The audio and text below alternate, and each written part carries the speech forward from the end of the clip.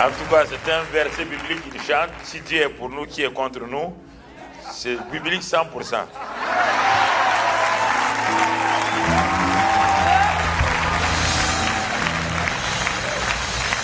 Amen. Amen. Ma Christ vit en moi. Je n'ai rien à craindre. Mais lendemain sont assurés entre ses mains. Il tient ma vie pour ce temps et l'éternité. Je sais qu'il vit. Lisez ce qui est écrit. Puisque en moi, je n'ai rien à craindre, mes lendemains sont assurés entre ses mains.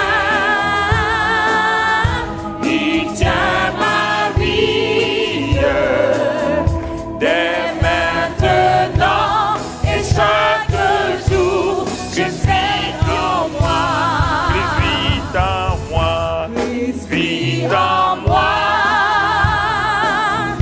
Je n'ai rien à craindre, mes lendemains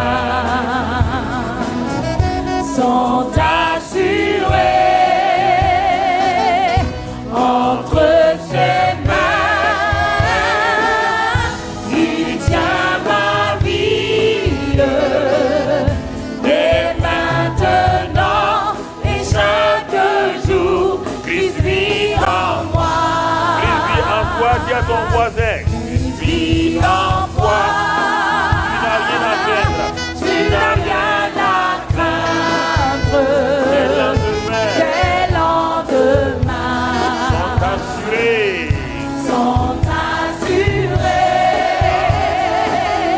Entre ses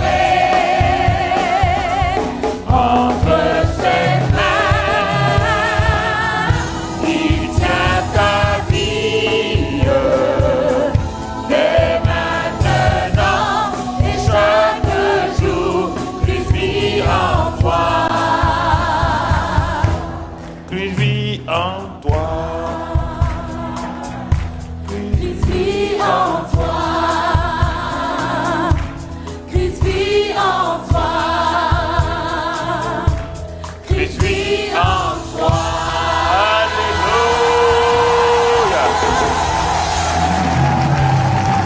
Merci, merci, merci. Très bon groupe.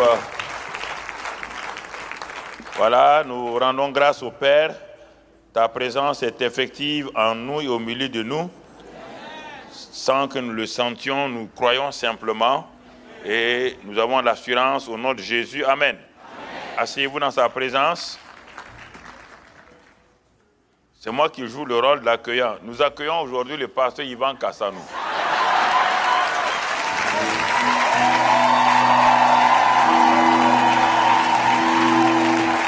Alléluia. C'est notre pasteur principal. Comme il a osé venir nous visiter, on l'accueille. Voilà. Merci Seigneur. Et vraiment, je crois que Dieu veut que nous progressions avec lui. Et il veut que nous allions de l'avant et c'est pourquoi nous allons aller pas à pas. Demain, avec les 2 sessions qui vont se suivre les unes après les autres, c'est pas la première session qui commence à quelle heure?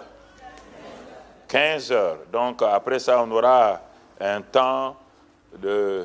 Et puis après, on va revenir. Demain, ce sera un temps, préparez-vous, parce qu'on va faire un échange. On va faire une évaluation spirituelle pour voir ce que tu as saisi effectivement. Parce que vous savez, il y a ce qu'on appelle l'information et la révélation. L'information vous donne des données qui vous permettent de réfléchir vous-même, de voir comment vous pouvez composer des choses. La révélation va au-delà de ça. Dans la révélation, il y a une capacité implicite qui est cachée dans la révélation. La révélation a sa propre capacité. Et quand la capacité vient, quand la révélation vient, la transformation est facile. L'information, tu es obligé de chercher et tu t'épuises. La révélation a en elle-même tous les ingrédients pour ta transformation. Et que cela s'accomplisse dans ta vie au nom de Jésus. Que cela soit ton partage au nom de Jésus. Ça, c'est important, mon frère, ma soeur, que nous comprenions ces choses-là et que nous puissions aller de l'avant. Je voudrais tout juste... il y a une famille là que je voudrais voir peut-être s'ils sont là demain, la famille Ubuzenda, Wellard et Christelle. Est-ce qu'ils sont là? Christelle et Wellard et Ubuzenda. Ok, ils ne sont pas là? Ok, très bien. Donc, j'aurais voulu les voir demain entre les 2 séances. Alors, vous savez, la Bible nous montre que le Saint-Esprit conduit les fils. Il faut faire attention à ces mots quand on lit la Bible. On ne parle pas de quelqu'un de masculin.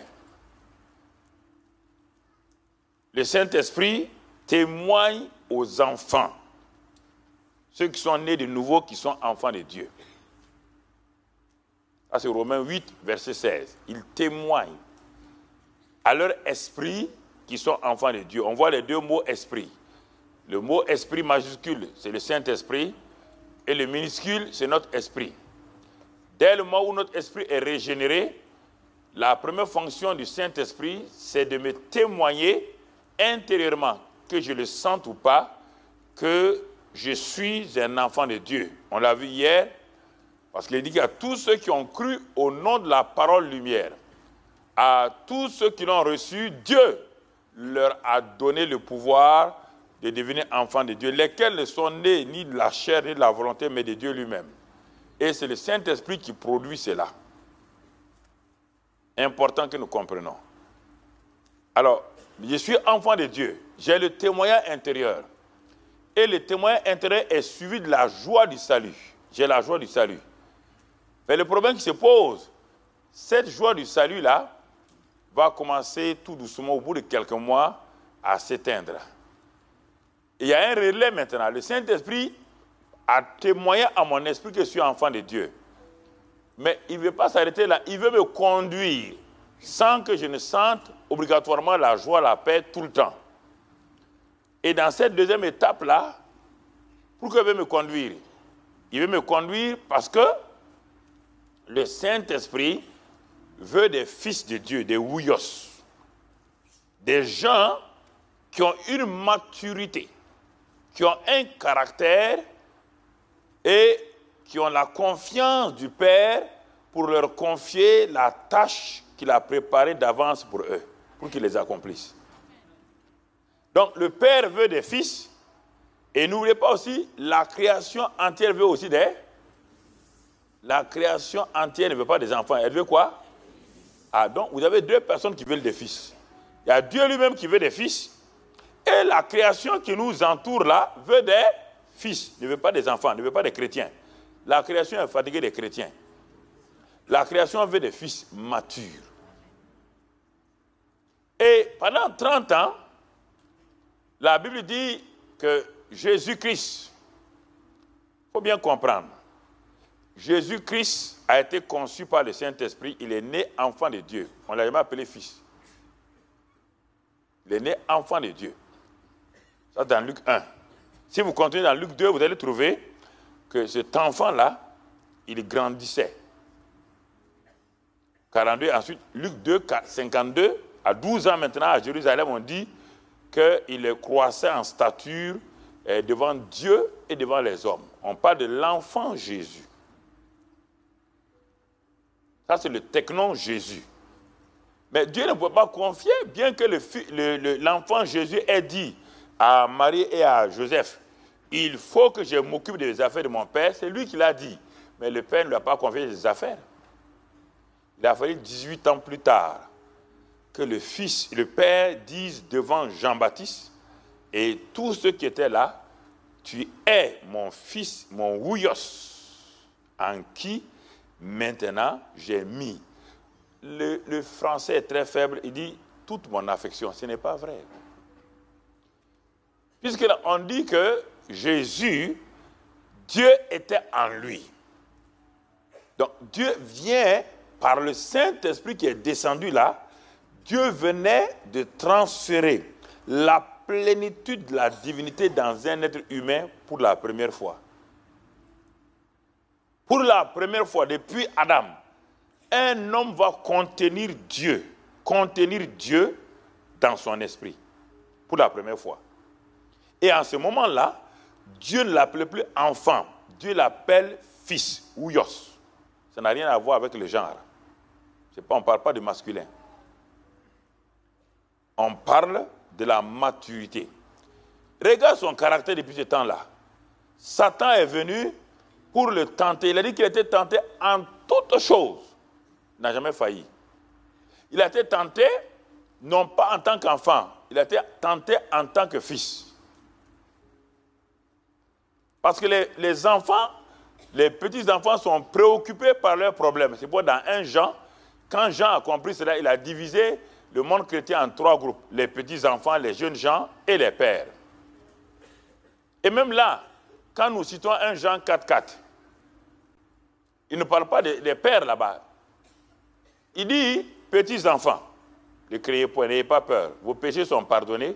Il faut que vous sachiez, petits-enfants, que celui qui est en vous là est plus grand que celui qui est au dehors. On ne parle pas aux jeunes gens.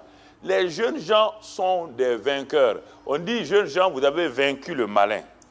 Mais on dit aux jeunes gens, aux enfants, qui sont des gens qui sont enfants, qui ne sont pas encore fils, à eux, on leur dit, prenez conscience que celui qui est en vous est plus grand que celui qui est au dehors. Ça, c'est le verset des petits-enfants. Ce n'est pas le verset des jeunes gens ni des pères. 1 Jean 4,4. Lis-le bien. Même dans 1 Jean 2, 20 et 27, où on parle du Saint-Esprit, on dit encore, petits-enfants, le Saint-Esprit demeure en vous. Ça, ce n'est pas un verset pour un fils. Un fils n'a pas besoin de savoir ça. Un fils vit.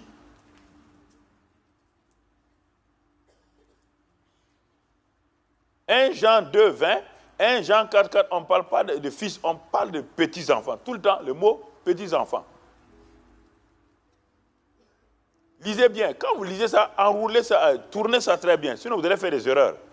Vous allez vous appuyer sur cela. Ça veut dire que vous avez accepté que vous n'êtes que des petits-enfants.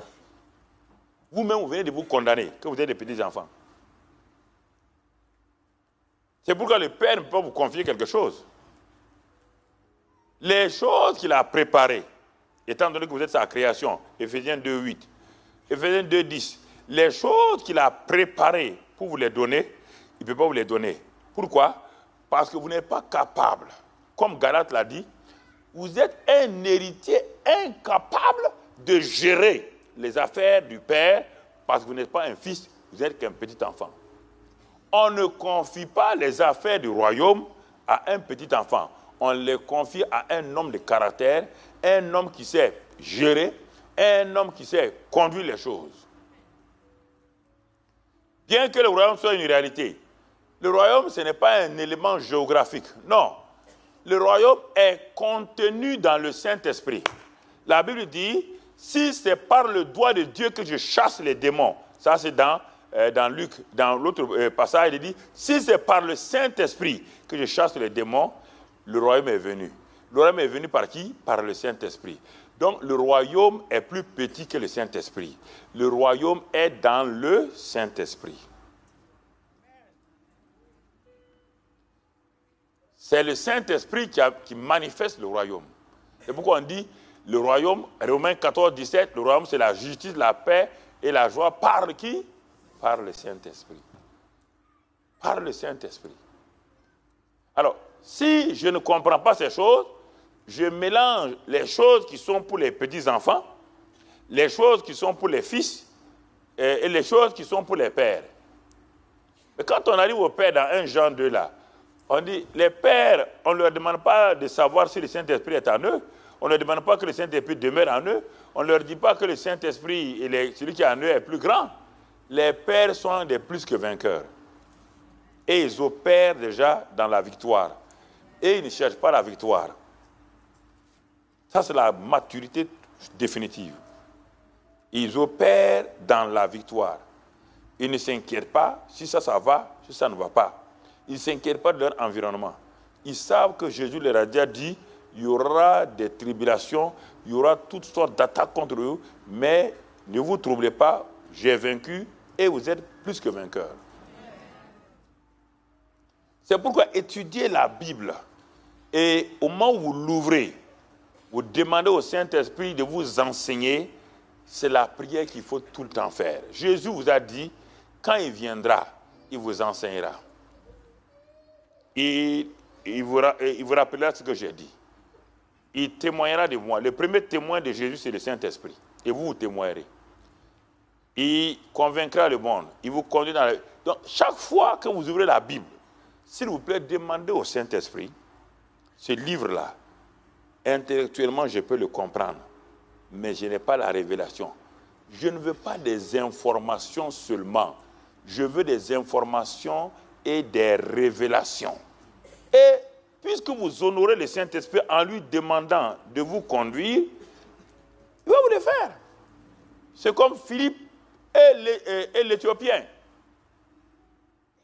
L'Éthiopien venait de sortir de Jérusalem. Il est parti pour adorer. Il était dans son char allant en Éthiopie. Le Saint-Esprit dit à Philippe, quand il est arrivé au désert, il dit, approche-toi de ce char. Il s'est approché. Il a entendu l'Éthiopien qui lisait Ésaïe 53. Et Philippe lui demande, est-ce qu'il comprend ce qu'il lit? Il dit, comment pourrais-je comprendre si quelqu'un ne me l'indique? On parlait d'un agneau, qui allait prendre des souffrances, qui est mort, qui a pris les péchés. Il lit.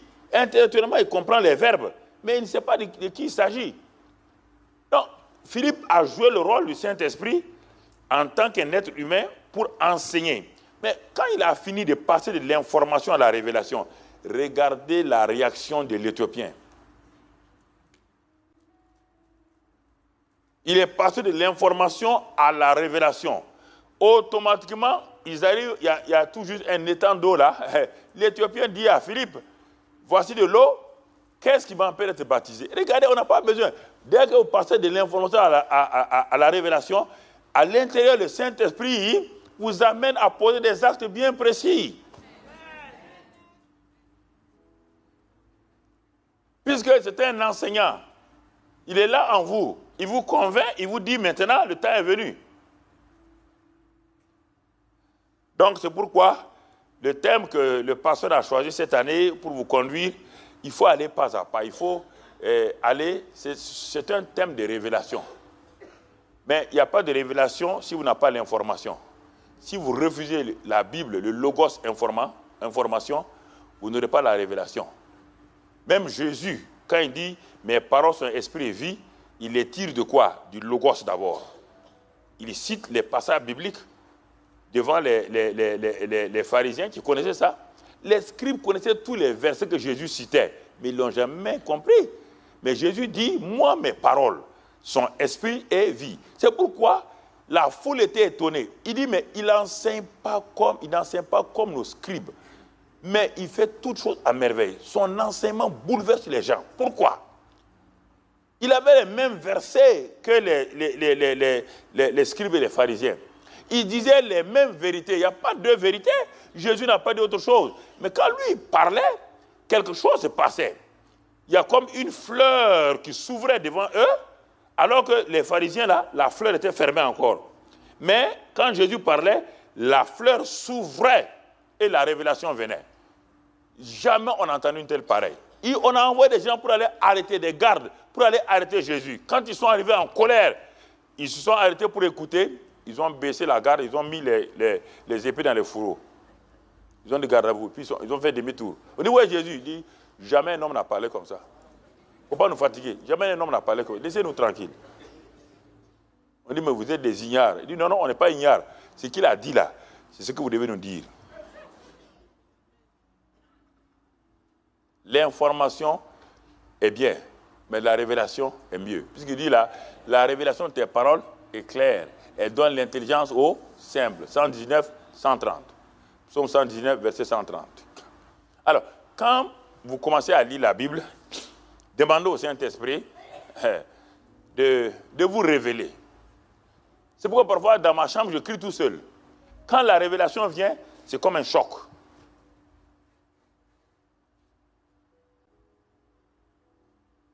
C'est comme Pythagore. Quand il a dit « Eureka, Eureka », ils ont dit « Mais qu'est-ce qu'il y a ?» Il a trouvé quoi? Il a trouvé les principes. C'est pourquoi il a crié « Eureka, Eureka ». C'est-à-dire « J'ai trouvé, j'ai trouvé ». Il a trouvé quoi? Ce qu'il cherchait à longtemps. L'information, c'est de dire que les microbes existent. La révélation, c'est d'utiliser les microscopes pour voir les microbes. Celui qui a l'information tombe malade parce qu'il ne voit pas les microbes. Celui qui a la révélation, quand lui regarde, il voit les microbes jouer. Et l'autre a de l'eau, il veut boire. Il dit attention, il dit non, il n'y a rien, je ne vois rien, c'est normal. Il dit que tes yeux naturels ne peuvent pas voir les microbes. Il te faut un instrument qu'on appelle le microscope. C'est le microscope qui te permet de révéler les microbes. C'est pourquoi beaucoup de gens lisent la Bible avec leurs yeux naturels. Ils ne peuvent pas voir ce qui est là-dedans. Parce qu'ils n'ont pas la révélation du Saint-Esprit. Les choses invisibles, on ne peut pas les voir comme cela. Les choses invisibles sont vues lorsque nous sommes connectés au Saint-Esprit. C'est écrit dans le livre de Corinthiens.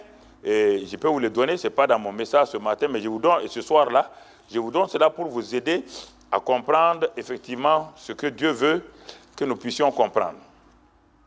Il dit, par exemple, 1 Corinthiens 2, il dit, mais comme il est écrit, verset 9, comme il est écrit, ce sont des choses que l'œil n'a point vues. Vous voyez bien? Que l'œil n'a point vu, l'œil naturel ne peut pas voir. Que l'oreille n'a point entendu, l'oreille n'entend pas. Et qu'ils ne sont point montés au cœur de l'homme. Des choses que Dieu a préparées pour ceux qui l'aiment. Dieu a préparé ces choses pour ceux qui l'aiment. Vous voyez bien?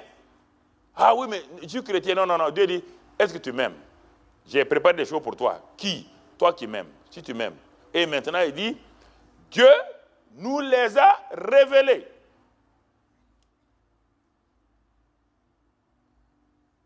Premièrement, il faut aimer Dieu. Dieu révèle les choses à ceux qui l'aiment, pas à tout le monde. C'est pourquoi il dit que ce sont ceux qui sont fils qui sont conduits. Il ne conduit pas tous les chrétiens. Dieu ne conduit pas tous les chrétiens, il conduit les fils, les disciplinés, les matures. Et il dit ici que les choses qu'il a préparées pour ceux qui l'aiment là, il les a révélées par l'Esprit. Car l'Esprit sonde tout, même les profondeurs de Dieu. Quand tu es dans le monde de l'esprit, tu es assis ici, à Paris, et brusquement, Dieu te révèle ses profondeurs. Le Saint-Esprit communique, il te révèle les profondeurs de Dieu. Tu es émerveillé, tu es dépassé. C'est ça que le Saint-Esprit fait. à travers ton esprit. Et c'est ce qui permet de savoir que tu es une branche du cep divin. Et dans la branche déjà, la branche ne produit pas. Le verbe pour la branche porte des fruits. Elle ne produit pas des fruits. Mais le Saint-Esprit produit le fruit. Parce que le fruit de Galates 5, c'est le caractère du Saint-Esprit. Et comme tu es une branche, pour qu'on sache de quel genre de personne tu es, maintenant tu portes le fruit. Et les gens savent à travers toi que tu es un fils de Dieu. Ils vont voir l'amour, la joie, la paix, ils vont voir ça. Toi tu es un enfant de Dieu, oui, oui. Tu es un chrétien, oui, oui. Pourquoi? Parce qu'ils voient des choses. C'est ça le sarma et le cep. Jésus, c'est le grand Dieu illimité là. Il n'y a pas de Jésus au ciel. Avant qu'il ne vienne sur la terre, il n'y a pas de Jésus. Où est-ce que tu l'as vu? Jésus était caché dans le Père. Il n'y a pas quelqu'un qu'on appelait Jésus au ciel. Ça n'existe pas. S'il existait au ciel comme ça, il allait descendre directement. Il est dans le sein du Père. C'est la parole, c'est le logos qui est dans le Père. Il dit, la parole était avec Dieu, la parole était Dieu. Et elle est devenue chair. On te dit, le français est clair. Si tu traduisais en grec, tu vas le comprendre mieux. La parole là est devenue chair. La parole là est esprit. Maintenant, elle a pris un corps de chair. Donc, le Dieu illimité, le Dieu omniprésent, omnipotent, omniscient, est venu se tabernacler dans un homme, venu se limiter dans un homme de chair. C'est ça Jésus. C'est lui qu'on appelle Jésus.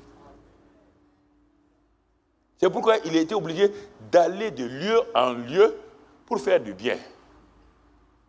Mais en ce temps, Papa bon Dieu était assis au ciel. Pour faire la terre, il n'a pas bougé. Il a parlé et la terre a été créée. Il a parlé, les choses sont venues. Papa bon Dieu ne bougea jamais de son trône. Il a assis son trône. Il a envoyé. Donc Jésus, c'est Dieu illimité, incarné. Maintenant, le jour de la Pentecôte, Pierre s'arrête. Il dit, c'est Jésus que vous avez connu, la limité là. Les gens disent oui. Il est devenu maintenant Seigneur et Christ. Ah, ça veut dire quoi? C'est Jésus limité. Maintenant, il est devenu quoi? C'est Jésus limité, est devenu Christ. Ça veut dire quoi? Il est amplifié pour entrer dans sa dimension illimitée qu'il avait laissée. C'est pourquoi il dit que la gloire que j'avais auprès de toi, tu me la donnes dans Jean 17. La gloire que j'avais déjà au ciel. Maintenant, je suis venu, je me suis limité. J'ai pris ta gloire, Père, je l'ai mise à moi. Et les gens ont vu ta gloire. Il dit maintenant, je veux ma propre gloire. C'est pourquoi je parle de Jésus en Christ. Et quand il est monté comme Christ, mon frère, il a envoyé le Saint-Esprit. C'est l'amplitude du Saint-Esprit. Christ, c'est ça.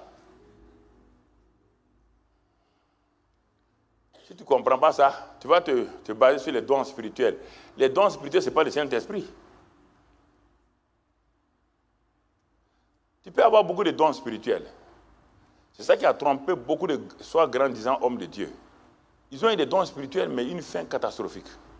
Certains ont fini comme des soulards, d'autres ont fini dans des scandales financiers terribles. Mais pourtant, quand ils faisaient la main comme ça, les paralytiques se levaient de leur fauteuil.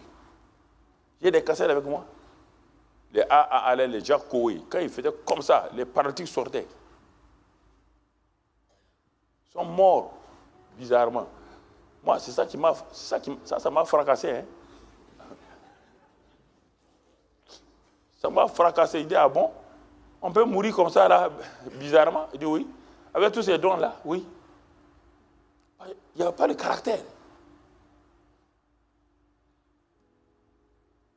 Jacques Koué, lui, on a lu les fauteuils là. Et il est là, un jeune homme, même, il n'a même pas 30 ans. Quand il venait, mais quand il finit ses réunions à minuit, on ne peut plus le contrôler. Il rentre à l'hôtel là. Tout ce qui est comme nourriture là, le conseiller dit, un évangile ne ment pas, il dit, ils n'ont pas quitté. Est-ce qu'ils ont l'onction?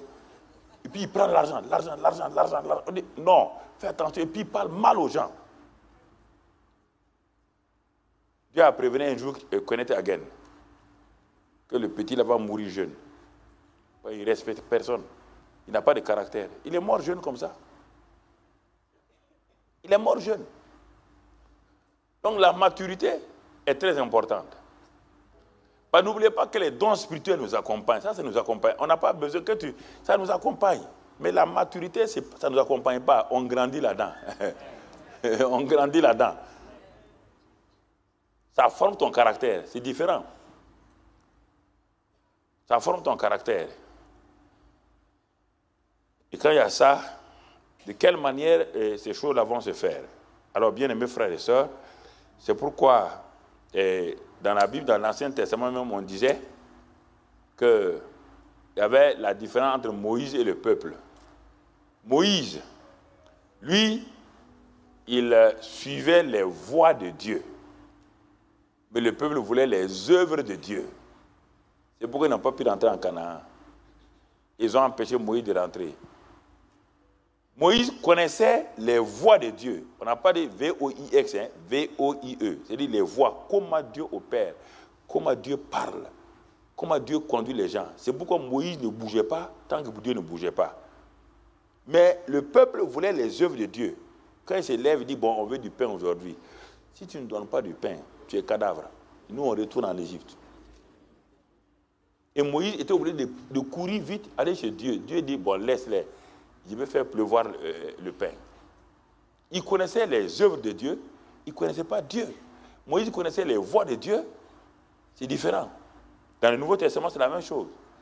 Il y a beaucoup de gens qui veulent les œuvres de Dieu, les œuvres du Saint-Esprit, mais ils ne connaissent pas la voie du Saint-Esprit. Ils ne savent pas comment le Saint-Esprit opère, quel est son caractère, ce qu'ils n'aiment pas. L'électricité est très importante, mais si tu t'amuses à enfreindre à ces règles, la même électricité te tue, même si tu habites dans la maison il y a 30 ans. Tu ne peux pas dire, électricité, tu me connais, hein, ça fait 30 ans qu'on est ensemble ici, et tu prends, je sais pas moi, un fil de fer ou bien une pointe, à le mettre dans la prise, tu seras électrocuté. Le Saint-Esprit est comme ça. Lui, on ne peut pas... Le Père, si tu l'insultes, il n'y a pas de problème. Le Fils, il est venu pour ça, il est venu prendre les péchés. Il ne faut pas toucher au Saint-Esprit. Hein. Lui, il ne s'amuse pas. Lui, il ne s'amuse pas. Hein. Il n'est pas venu pour sauver les gens. Lui, il est Seigneur. Ah non, il n'est pas venu pour sauver les gens. Le Sauveur, là, c'est Jésus. C'est pourquoi on l'appelle le Seigneur Jésus-Christ. Il est Sauveur et Seigneur. Mais Jésus dit, et dans l'épître de Paul aux 2 Corinthiens 3, il est dit que le Saint-Esprit aussi est Seigneur. Mais Seigneur dans quoi? Pour diriger ta vie. Il est le patron. Jésus-Christ, pour venir sur la terre, il a emprunté le corps d'une jeune fille vierge. Il a emprunté le corps d'une jeune fille qui était déjà fiancée à un homme. Ce n'est pas fini. Pour naître, il a emprunté une étable qui n'est pas pour lui. Étable des animaux. Tu comprends? Pour entrer à Jérusalem, il a emprunté un âne qui ne lui appartient pas. Pour manger le dernier repas, il a emprunté une chambre haute de quelqu'un. Ça, c'est Jésus. Et quand il est mort, il a emprunté même un tombeau, le tombeau de Jésus d'Arimathée. Rien ne lui appartenait. Il était locataire. Mais le Saint-Esprit dit, moi, je suis propriétaire. Je suis propriétaire. Ne t'amuse pas avec moi. Je ne suis pas venu louer ta maison. J'ai racheté ça quand Christ est mort. Il est venu me donner la facture au ciel. Il a dit, Saint-Esprit, ces gens-là, je les ai rachetés à un grand prix. J'ai pris le prix, là, la facture, j'ai regardé. C'est le sang de Jésus. J'ai dit, mais on ne doit pas s'amuser avec ça. Tu as racheté ces hommes avec quoi? Ton sang précieux. Tu les as rachetés, il dit oui. Il dit, mais ça, il est descendu. Et il te dit que maintenant, nous avons été rachetés à un grand prix. Nous ne nous appartenons plus à nous-mêmes. Nous appartenons au Seigneur. Alors c'est pourquoi le Saint-Esprit, lui, il ne connaît pas ça. Lui, il veut que tu marches. Droit. Il n'y a pas à dire, tu t'as mis à lui, tu sais ça. Tu fais ça, tu es cadavre comme Ananias et Saphira.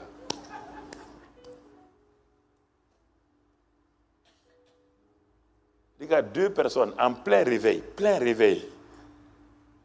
C'est de ce réveil qu'est sorti Barnabas. Il a vendu son terrain. Il n'était pas apôtre. Il a vendu son terrain. Dieu a catapulté sa destinée. Il est devenu le mentor de Saul de Tarse, de Paul. Ananias et Saphira ont vu ça. Mais ils n'ont pas laissé leur caractère. Ils ont voulu copier un geste de quelqu'un qui a vendu un terrain et que Dieu l'a promu. Ils sont allés vendre le terrain, mais leur caractère d'avare a dit, on ne peut pas tout donner. Pierre est trop, il est pauvre, un pauvre comme ça, on ne peut pas tout donner ça.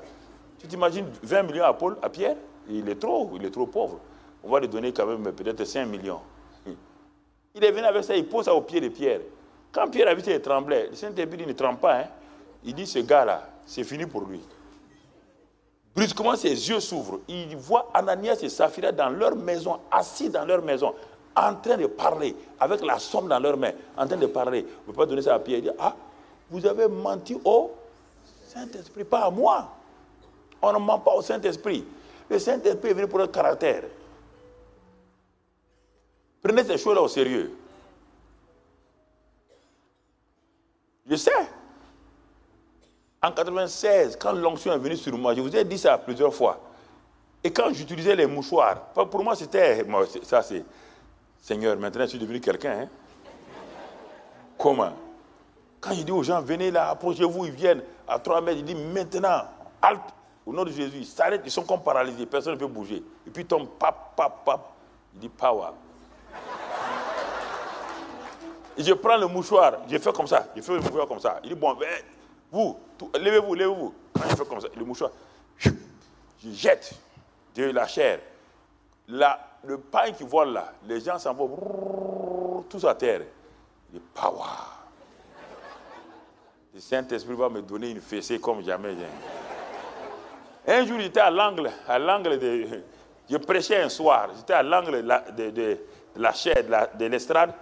J'étais à l'angle, je me rappelle très bien, à l'angle là. Et puis, l'onction était tellement puissante. J'ai dit, venez toucher mes habits. Venez toucher, vous allez voir. Et les gens venaient toucher, ils tombaient à terre, ils touchent, ils tombent. Ah. Je ne peux pas te dire ce que j'ai dit, il ne faut pas dire ça. J'ai parlé.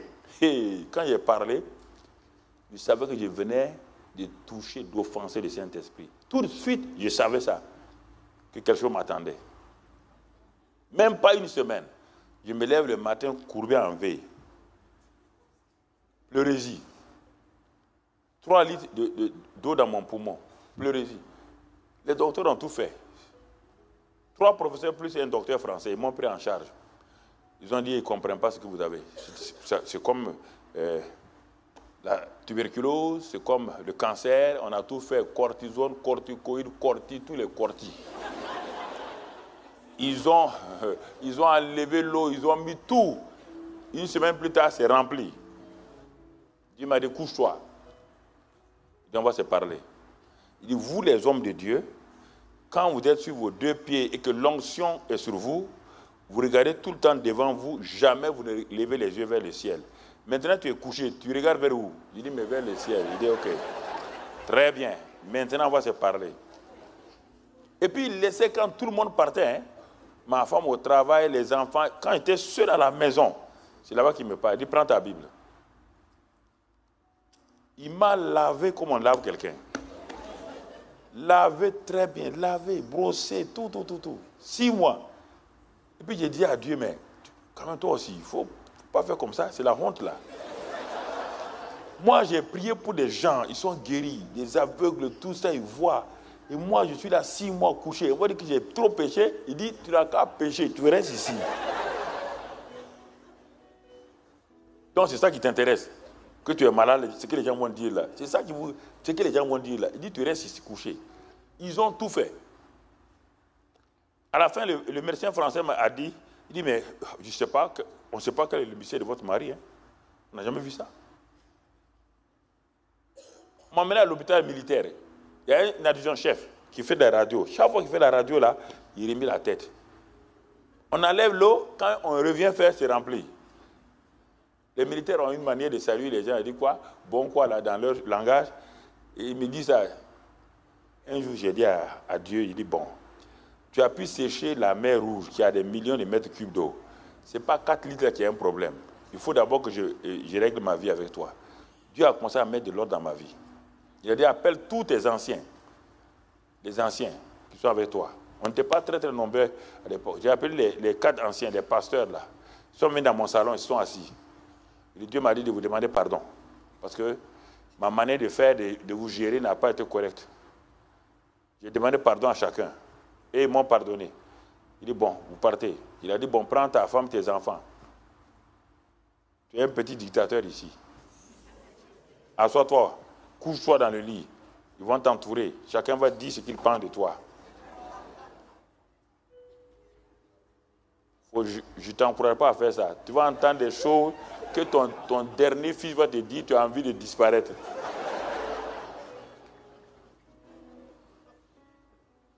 Le dernier a commencé, il dit, mais papa crie trop. Il dit, ah bon. Dieu dit, ferme la bouche. Dieu dit, tu ne parles pas, tu écoutes simplement. Tu parles trop. Ce qu'on n'a pas fait, c'est ce que tu dis qu'on a fait. Hey, tant. Quand les 4 ont fini, il laissait le gros lot. C'est la femme.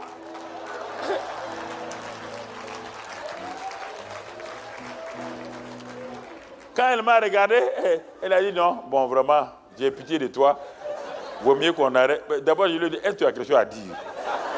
Pour que, après j'ai dit non, bon, c'est bon comme ça. Elle a dit non, tu as entendu. Quand on te parle, tu ne veux pas croire là, tu as vu. Quand je suis sorti de ça, plus jamais je recommencerai, et je ne recommencerai plus. Il ne faut pas faire ça, hein. C'est là que, non, je vous raconte, mais je n'avais pas de père spirituel, vous comprenez? À l'époque, on faisait la QF 5 ici, à Bordeaux, à Montpellier. On était avec beaucoup de pasteurs de France, de Belgique, d'Italie, de Canada. On était là, on allait. C'était l'onction. Quand je m'avais à Brazzaville, on dit l'homme de l'onction est venu. J'aimais ça. À Kinshasa, au palais de la culture à Kinshasa. Quand je m'en vais, on est des Américains, tout le monde. Et puis on nous a mis dans les grands hôtels. Quand les gens viennent, ah, l'homme de l'onction est là. Fou, tout le monde tombe.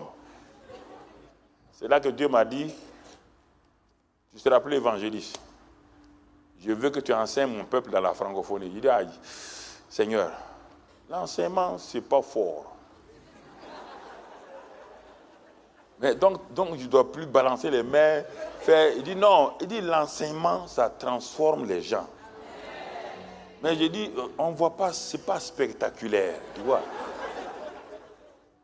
Et puis quand tu enseignes, parfois, ils te regardent d'un air mauvais, là, ceux que tu enseignes, ils ne sont pas... Dieu m'a dit, tu ne sais pas enseigner, je vais te dire comment on enseigne. Je n'ai pas dit d'aller dire des versets aux gens. Je te dis, je vais te donner la révélation, et quand tu vas parler, regarde leur visage. Chaque fois, regarde leur visage, tu vas voir des transformations se passer. Bon, j'ai commencé. Effectivement, quand j'ai commencé en 98, donc j'ai fait 6 mois. 98, je commence, et il me dit de faire maintenant ce qu'on appelle le séminaire Arbre de vie, qu'on fait en janvier. Il dit, appelle ça séminaire de vie, acte 20, Apocalypse 20 ou 21, il dit, prendre là-bas et faire ça chaque année. Je vais t'enseigner quelque chose. Je vais te donner une nouvelle dimension. Quand j'ai commencé à enseigner, les gens disent, mais où le pasteur Karambira a ces enseignements-là? Moi, je ne savais pas. Donc, c'est à partir de ce moment-là que j'ai commencé à enseigner par thème, depuis l'année 2000. C'était l'année 2000, c'était notre année lumière. Isaïe 61, 2001, 2002. J'ai pris, chaque année, j'ai donné un nom. Dieu me dit, donne un nom à l'année. Ce que tu dis à l'année, l'année sera soumise à toi. Parce que quand tu as dit l'année lumière, il y aura la lumière partout. J'ai compris, j'ai vu ça. Chaque fois, l'année passée, on a dit l'année de l'onction d'expansion. Cette année, on dit Christ en nous, l'espérance de la gloire. Et c'est ça qu'on est en train de vivre. C'est ça qu'on est en train de vivre. Donc, je te donne ça. Demain, on aura le temps de faire l'évaluation spirituelle à la première session de 15 heures. Et la deuxième session, on va aller un peu plus. Ça va t'aider beaucoup à progresser, à aller de l'avant. Ça va t'aider à comprendre des choses. Ça peut sembler être dur en apparence. Mais il vaut mieux un père qui est ferme et dur qu'un père yo-yo. Un père yo-yo te crée un problème. J'ai lu l'histoire dans le livre de Billy Graham quand j'étais jeune converti. La paix avec Dieu ou quoi, je ne sais pas dans ce livre dans lequel, à New York, un enfant qui est un jour venu, il a pris la clé de la voiture et le compte bancaire, le chéquier, il a jeté sur son père qui était assis au salon. Il dit, je quitte la maison, je ne veux plus de voiture, ni de compte en banque, je veux apprendre à vivre. Tu ne m'as jamais appris à vivre, papa. Tout ce que je veux, tu me donnes. Et quand je suis parmi mes amis dans les quartiers, je ne sais rien faire. Ils se moquent de moi. Je n'ai pas de vie, je n'ai pas de maturité, je n'ai aucun caractère. Comme tu ne l'as pas fait, le père dit non, mais je t'ai tout donné. Il dit, mais justement, c'est ce que l'erreur que tu as faite. Tu as tout donné, mais tu ne m'as pas formé un caractère. C'est pourquoi tu as les dons spirituels, tu n'as pas de caractère. Et ça va te détruire. Il a jeté tout, il est parti. Quand j'ai lu ça, je ne comprenais pas la différence entre le caractère et les dons. J'étais appuyé sur les dons, mais ça m'a interpellé. Il dit, ah bon, un enfant multimilliardaire et héritier, il jette tout et il est parti apprendre avec ses amis. Comment on se bat, comment on se discipline, comment on grandit. Et c'est ainsi qu'il a grandi. Son caractère a été formé. Ah, ça m'a beaucoup interpellé quand je démarrais la vie chrétienne. Ça m'a beaucoup interpellé et je crois que ça m'a sauvé un peu. Donc, dans le domaine naturel, les choses qu'on vous offre sont disponibles et visibles. Par exemple, si on prend dans Éphésiens 1, verset 3, Éphésiens 1, verset 3, il dit « Béni soit Dieu, le Père, notre Seigneur Jésus-Christ, qui nous a bénis de toutes sortes de bénédictions spirituelles dans les lieux célestes en Christ. En Christ. » Donc, vous voyez le mot. Dans les épîtres, vous ne verrez jamais, quand vous voyez le mot Jésus, c'est Jésus-Christ. Dans les épîtres, c'est Christ. Dans les évangiles, c'est Jésus. Par les 4 évangiles, c'est la vie de Jésus-Christ de Nazareth. Dans les épîtres, c'est Christ, l'Église, et le Christ est exalté, glorifié par le Saint-Esprit, qui conduit l'Église sans qu'on le voie physiquement. Dans les 4 évangiles, c'est Jésus qu'on voit physiquement. Donc, les Jésus que tu vois physiquement là, si tu veux apprendre sa vie, lis les 4 évangiles. Mais si tu veux progresser dans la vie, grandir, lis les épîtres. C'est les épîtres qui te donnent le caractère que tu dois avoir. Alors, si tu vas dans l'Ancien Testament et les 4 évangiles, tu n'auras jamais de caractère. Parce qu'il n'y a pas de caractère là-bas, il n'y a pas de fruit de l'esprit, il n'y a rien dans les évangiles. Tu as vu, Abraham a vendu sa femme 2 fois.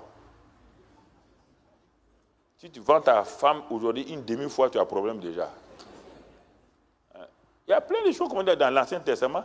Dieu, il laissait faire parce qu'il n'y a pas de vie en eux. Pourquoi tu vas châtier quelqu'un qui n'a pas de vie en lui? Au temps d'Abraham, le péché ne t'est pas imputé. Le péché a commencé à être imputé lorsque la loi est venue. Quand on a dit tu ne voleras pas, c'est en ce moment que Dieu a dit, bon, si tu voles, on te punit. Mais au temps d'Abraham, là, regardez un voleur patenté comme Jacob, un escroc, licencié escroquerie. Rien, Dieu vient lui dire que tu seras un grand homme, il devient un grand homme. Mais regarde sous la loi, quiconque, regarde, sous la loi, regarde, celui qui a volé un peu l'argent comment on appelle, Jéricho, il était sous la loi, paf, toute sa famille a été enterrée. Alors il a fait moins que Jacob. Jacob n'était pas sous la loi parce que la loi n'était pas encore venue.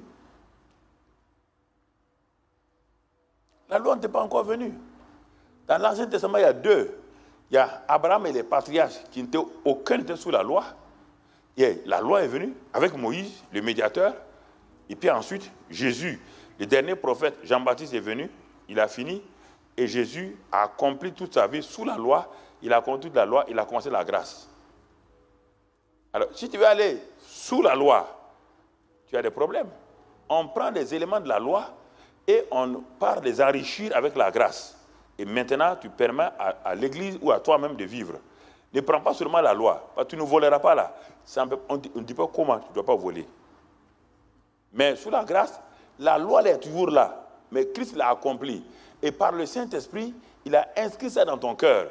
Quand tu veux même voler, déjà le Saint-Esprit te dit que le vol n'est pas bien, il t'empêche de voler. Mais les autres là, il n'y a personne qui les empêche de voler. N'importe que leur volonté. Et leur volonté, n'étant pas née de nouveau, ils volaient, ils faisaient ce qu'ils voulaient. Donc, si tu commences à prêcher l'Ancien Testament, termine par le Nouveau Testament pour enrichir ceux qui sont avec toi. Si tu arrêtes là-bas, tu crées un problème aux gens. Parce qu'aucun de l'Ancien Testament n'a réussi. Quand on les regarde, selon les normes, ils ont réussi. Mais selon les normes du Nouveau Testament, aucun n'est entré. C'est pourquoi Hébreux 11 se termine en disant qu'ils nous attendent maintenant. Ils nous attendent. Alors, quand on regarde ces choses-là, il est dit ici, dans Ephésiens 3, comme 1, 3, comme on vient de le lire, que nous avons été bénis. C'est un fait accompli. Mais un fait accompli ne veut pas dire que ça se manifeste dans la réalité. C'est ça le problème. Ah, mais si Dieu m'a guéri, mais pourquoi je ne suis pas guéri? Entre le fait que Dieu t'a guéri, ça c'est ton acte à lui, et ta guérison, il y a quelque chose qui doit se passer. Et les chrétiens sont frustrés. Il dit, Dieu nous a bénis de toute bénédiction spirituelle dans les lieux célestes en Christ. En Christ, Christ est le paquet. C'est le colis de Dieu dans lequel Dieu a mis tous les trésors. La plénitude. Christ est le colis. Le colis de Dieu, le don de Dieu, dans lequel Dieu a mis la vie éternelle. Il a mis les dons du Saint-Esprit. Il a mis le fruit de l'Esprit. Il a tout mis en Christ. Et il te dit, il t'a déjà béni de ça. Ça, c'est un fait accompli de Dieu. Dans le domaine de Dieu, c'est un fait accompli. Mais on te dit maintenant, tu dois manifester ces choses-là. Mais entre ce que Dieu a fait et pour rendre ça visible, parce que Dieu l'a fait dans l'invisible, pour le passer de l'invisible au visible, il y a quelque chose quelque chose que tu dois utiliser. Hier, on a vu un peu, peut-être demain, mais ce soir-là, je vais mettre l'accent sur un élément important qu'on appelle la foi. Le thème, c'est la foi agit et prend possession. Notre titre, c'est la foi agit et prend possession. Qu'est-ce que la foi dans ça? La foi dans ça. Dieu a béni. Toute bénédiction.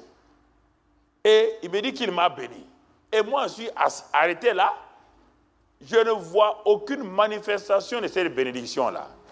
Alors, mais je suis frustré. Pourtant, lui, il ne peut plus revenir sur sa parole, il ne ment pas. Il dit qu'il m'a béni en Christ. Et ce Christ est à moi.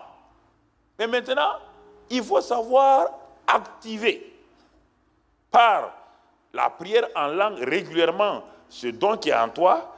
Il faut la foi qui va agir maintenant pour entrer en possession de ce que Dieu t'a donné. Et c'est là où les chrétiens, il y a un problème.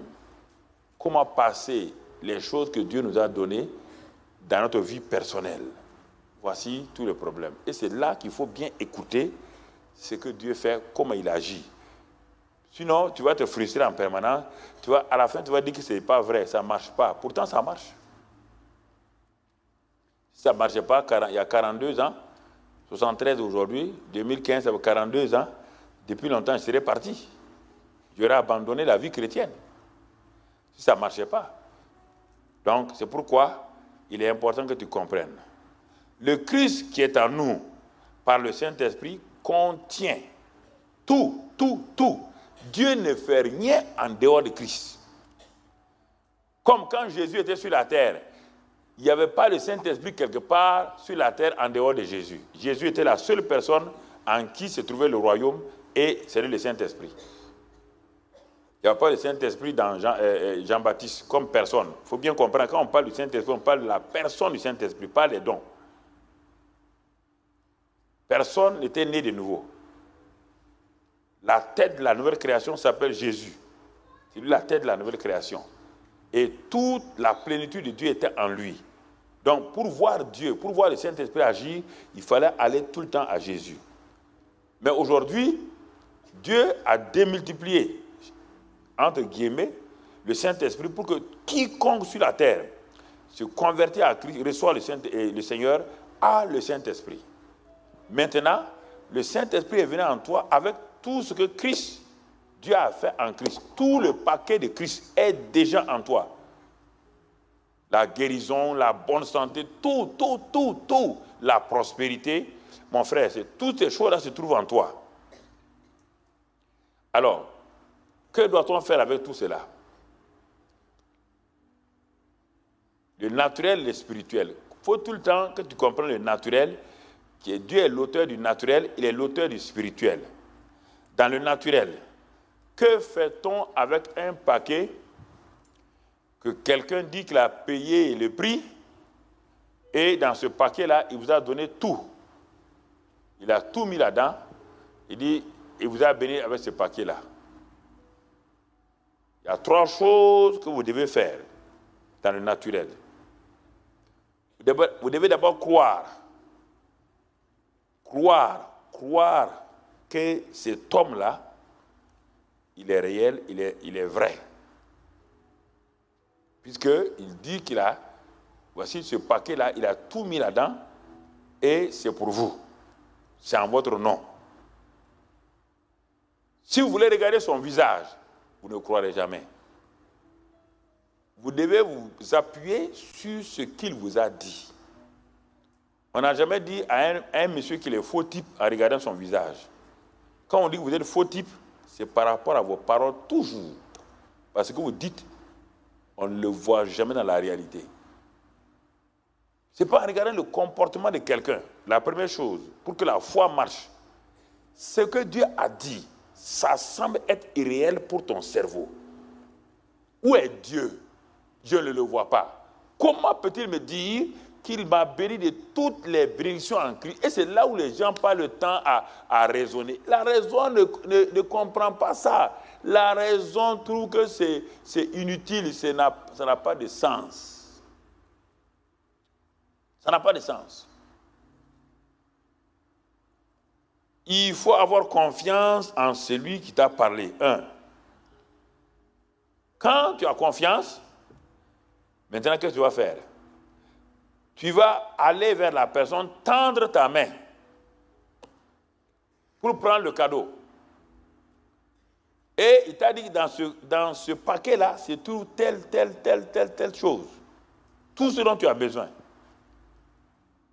Tu prends le paquet, mais si tu pars poser le paquet, tu ne sauras jamais quels sont les cadeaux qui sont dans le paquet. Il faut l'ouvrir. Et s'il y a une montre dans le cadeau, la montre va te servir pour voir l'heure. S'il y a des ciseaux, tu ne vas pas utiliser les ciseaux n'importe quand. Quand tu auras besoin de ciseaux, les ciseaux sont déjà où? Donc dans le paquet.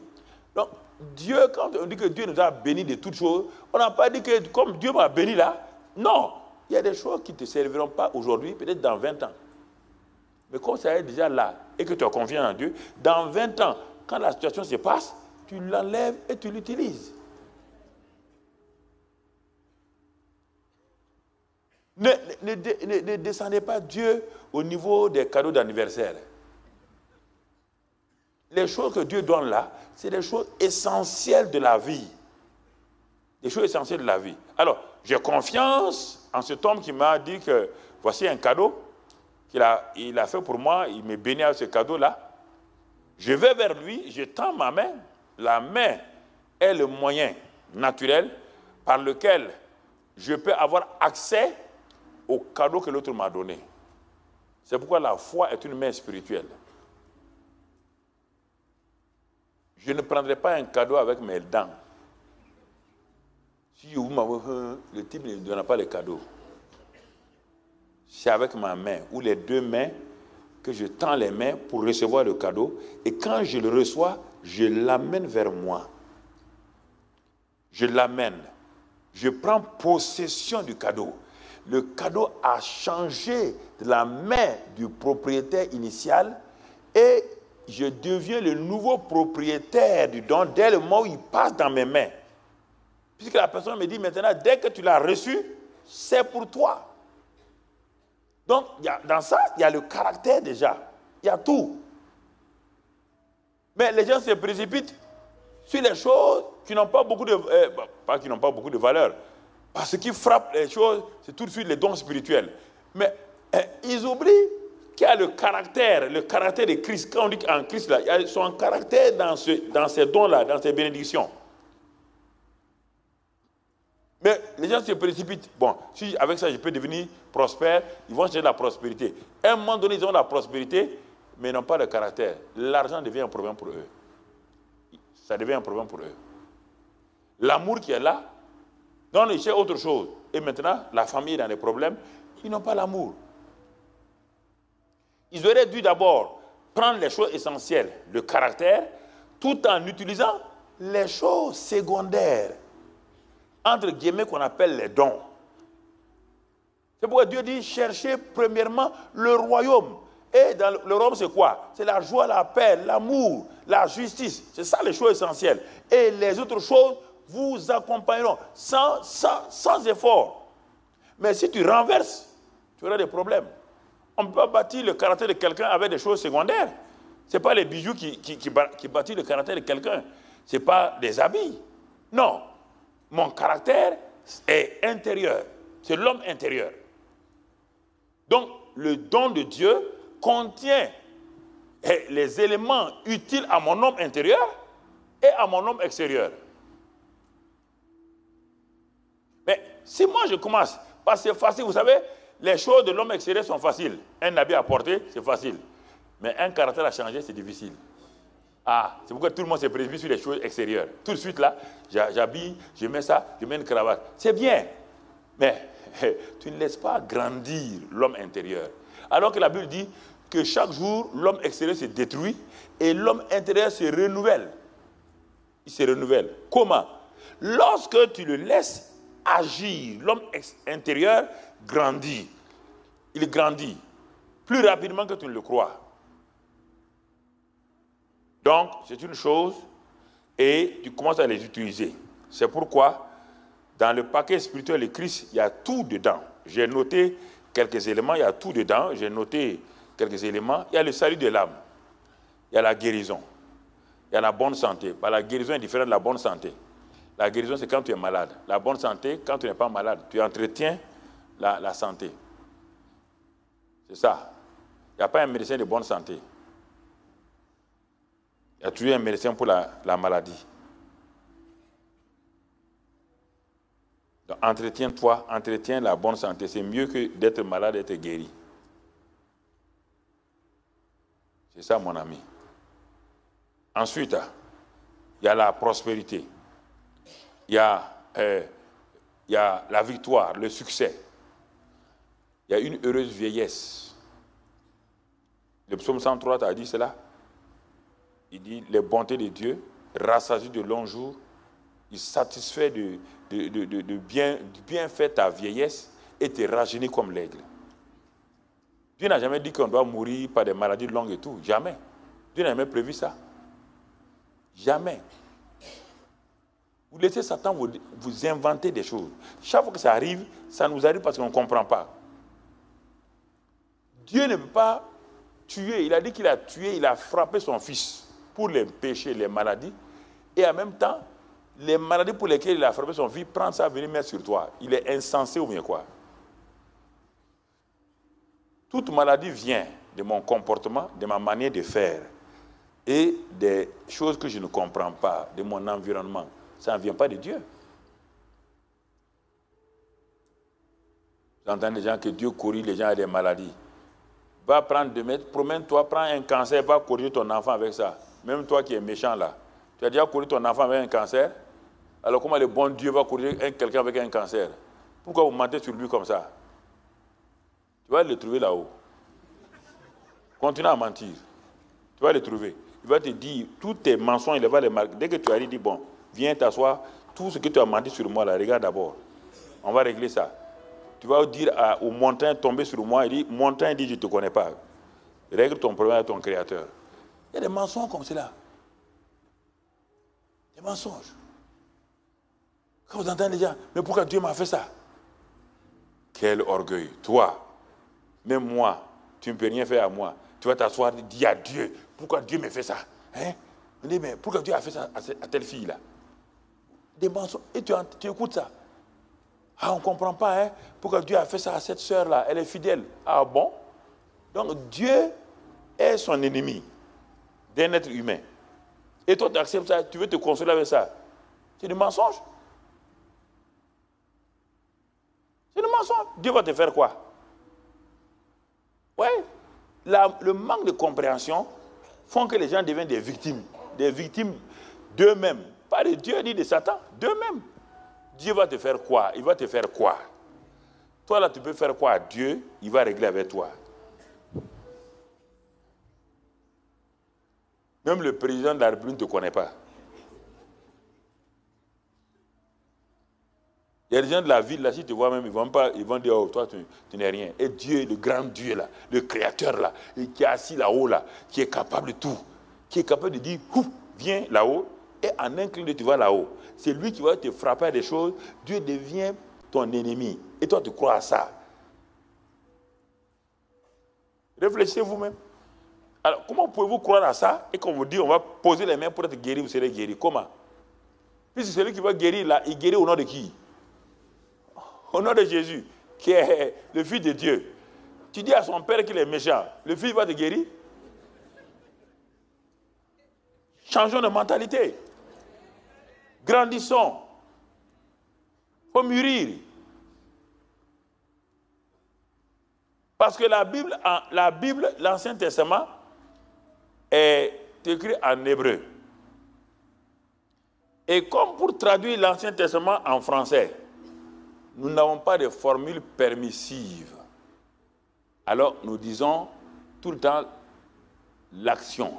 Dieu a fait ça, Dieu a fait ça. Non, dans tout l'Ancien Testament, on dit Dieu a permis. À cause de ce que tu as fait là, c'est l'aspect permissif dont Dieu parle en hébreu. Il n'y a pas d'action directe où Dieu a tué quelqu'un comme ça. Mais en français, on n'a pas ça. Ni en anglais. Alors quand tu lis la Bible, on dit, ah, Dieu a tué quelqu'un. Et en même temps, le même Dieu là, il tue les gens de l'Ancien Testament, brusquement, il s'arrête. Il dit maintenant, voilà, je vous envoie mon fils. Quel est ce Dieu là? Il est un schizophrène, non? Hein? Non, réfléchissez vous-même là. Pendant des milliers d'années, il tue les gens, il tue, il ouvre. Et puis, non, on dit, il dit Akan ne prend pas. Akan a pris. Il dit, à cause de ce qu'Akan a fait, la volonté permissive de Dieu va lui créer des problèmes. La volonté permissive. Donc, Dieu ne peut plus te protéger puisque tu es sorti du dessous du parapluie de Dieu. C'est ça la volonté permissive. Dieu a un parapluie sous lequel tu es. Le psaume 81, on dit quoi? C'est lui qui demeure sous quoi? Mais si tu ne demeures pas sous l'abri de mon parapluie, tu fais le jour, tu peux sortir. La pluie et la neige vont te battre. Ce n'est pas ma volonté parfaite, mais c'est ma volonté permissive parce que moi, je suis en train de marcher comme ça avec mon parapluie. Je t'ai appelé pour venir. Mais toi, tu as dit que tu veux être indépendant. Ce n'est pas moi qui t'ai tué.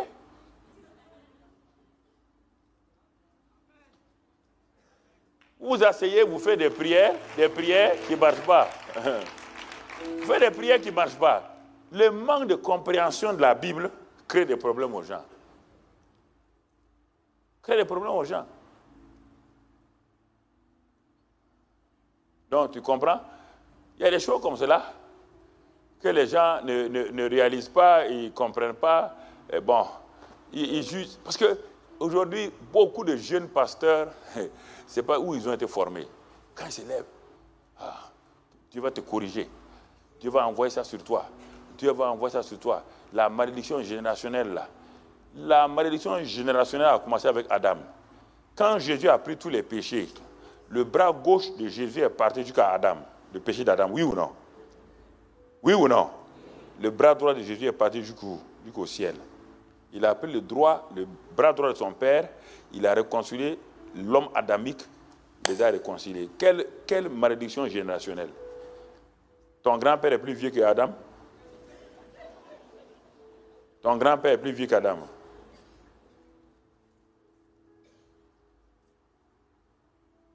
Si Jésus n'a pas pris les péchés de la chute d'Adam là, donc ça veut dire que ça ne va pas. Il a pris tous ses péchés, il a pris les malédictions. Il dit dans la Bible. On ne reste pas longtemps sur la parole. Parce que des nouveaux livres sont sortis. Regarde, j'ai lu, je n'ai pas lu, je n'ai même pas osé les lire. Sur le truc de Paul, les chars de Paul, là, quelqu'un a fait un livre de 300 pages. Il dit c'est mensonge. J'ai dit dans la librairie, là, c'est du mensonge. Il y a un livre de 300 pages sur les chars de Paul, que Paul a eu une épine quelque part. Et toi, tu fais un livre de 300 pages. Tu as eu les informations où? Des mensonges comme ça, là. Quelqu'un qui a une épine dans le pied, toi tu fais un livre de 300 pages. L'épine là fait quoi? Enlève-la et puis jette-la.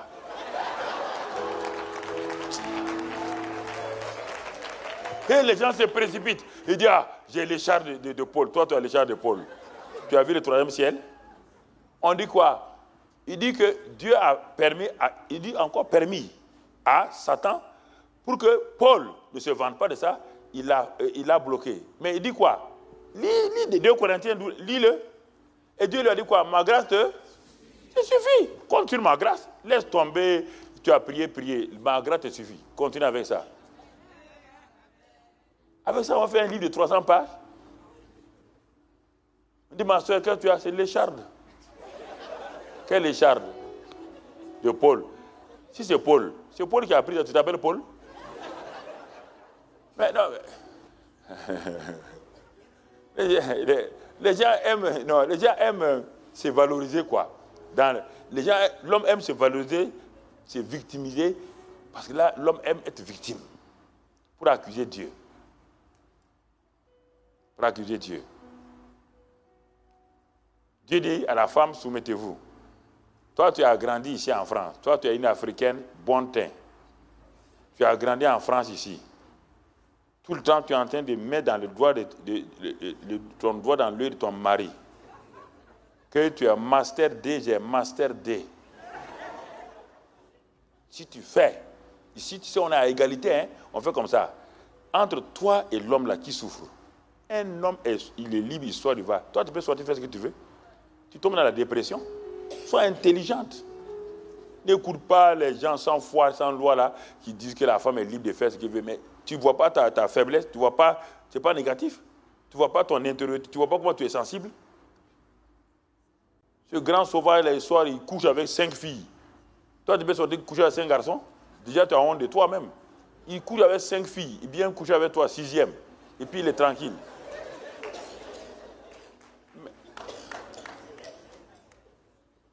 Prends la Bible et marche avec ça. Si ton mari est comme ça, on dit, bon, soumettez-vous, ça veut dire quoi? Honore ton mari. On n'a pas dit d'être un tapis, honore-le. Regarde, chaque homme, il n'y a pas un homme qui n'a pas de faiblesse. Il n'y a pas cet homme-là, ça n'existe pas. Tu les vois comme ça, des gaillards là, ce sont des gros bébés. Non. Tous les hommes, sans exception, ils sont des gros bébés. Un point. Tout. Mon frère, c'est son ventre, son bas-ventre. C'est fini. Si tu contrôles le ventre de ton mari, son bas-ventre, tu as eu ton mari. Chaque jour, il va sortir l'argent du porte-monnaie à te donner. Non, vous vous fatiguez. C'est facile de comprendre un homme, c'est fini. Le gars, il vient du travail, et il est fatigué, épuisé. Dès qu'il arrive seulement, le gaz est fini. Il dit, toi, mais tu n'as qu'à finir. On ne dit pas à un mari quand le gaz est fini. Tu l'accueilles. Le dernier repas fait sur le gaz, là, tu as bien fait ça. Tu le sers. Ah, chérie, ça va au travail aujourd'hui? Je vois que tu es fatigué. Ah oui, mais tu prépares le repas, il mange. Ah, mais ton repas est très bien. Quand il a fini, il va dans la chambre. Tu as bien préparé la chambre. Maintenant, il est là où... Tu lui dis, chérie, bon, tu comprends, j'ai compris, tu t'es fatigué, le gaz est fini. Il n'y a pas de problème, il n'y a pas de problème. Non. Il n'y a pas de problème. Il n'y a pas de problème. Non, tu veux jouer parce que tu as des diplômes. Tu as un diplôme, une fille. Tu vas te démonter. Regarde les dépressifs partout. Ce n'est pas les hommes, c'est les femmes. Tu vas te démonter. Pourquoi? Il y a des choses. Ce que je vous dis là, j'ai vu ça en Italie, aux États-Unis, ça c'est la... Mais ce que vous dites de liberté là, moi je voyais dans le monde entier, j'ai vu des maisons, j'ai vu des richards. Quand tu rentres dans leur maison là, la moquette là, mais quand tu vois la femme dépressive, tout ça là, les enfants malades, ils ont l'argent, ils ont tout, mais il n'y a aucune paix dans leur maison. Pourquoi? Ils ne veulent pas obéir à ça. Non, la femme est ça, l'homme est ça, chacun... Non, ça ne marche pas. Arrêtez vos caractères un peu choses là. Mesquinerie inutile. Dieu a dit, la femme est faible, ce n'est pas négatif. C'est-à-dire qu'elle est intériorisée, c'est elle qui prend l'enfant 9 mois. 9 mois. Donc ça l'affaiblit sentimentalement, elle a des émotions, elle est blessée rapidement. Elle se ferme rapidement. Donc tu peux dire à l'homme, tu as déjà entendu, Dieu a dit qu'un homme, une femme aime son mari, il dit soumettez-vous, que l'homme aime sa femme. L'amour de la femme pour le mari, c'est la soumission. Soumission ne veut pas dire, soumission veut dire un mot, deux mots en un seul. Soumission. C'est-à-dire simplement, l'homme a une mission comme Adam et Dieu lui a donné quelqu'un avec qui ils sont sous mission. Même quand tu vas en mission, dans ton service, il y a le chef de mission, toi tu es sous, il n'est pas là pour te commander, vous travaillez ensemble. C'est ça l'homme et la femme.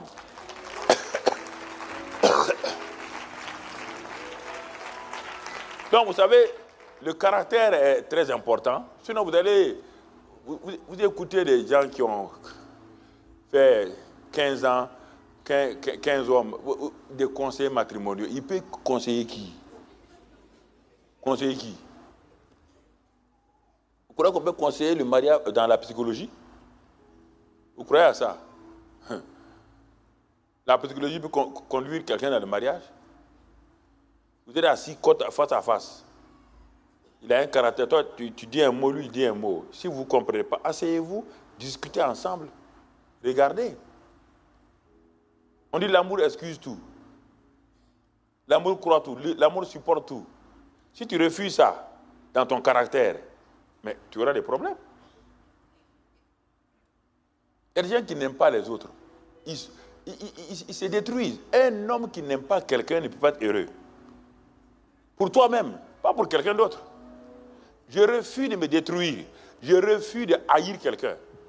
Je refuse de passer mon temps à critiquer quelqu'un. Ça ne sert à rien. J'ai mes défauts, il a ses défauts. Si je peux aller dans ses défauts, d'accord. Mais tout le temps, c'est critiquer, contrôler son mari. Non, ça ne sert à rien, mon ami. Ça, tu es traumatisé, tu es fatigué, tu es à la fin. Voilà la dépression que tu as à ta porte maintenant. Tu dis c'est le mari. Ce n'est pas le mari.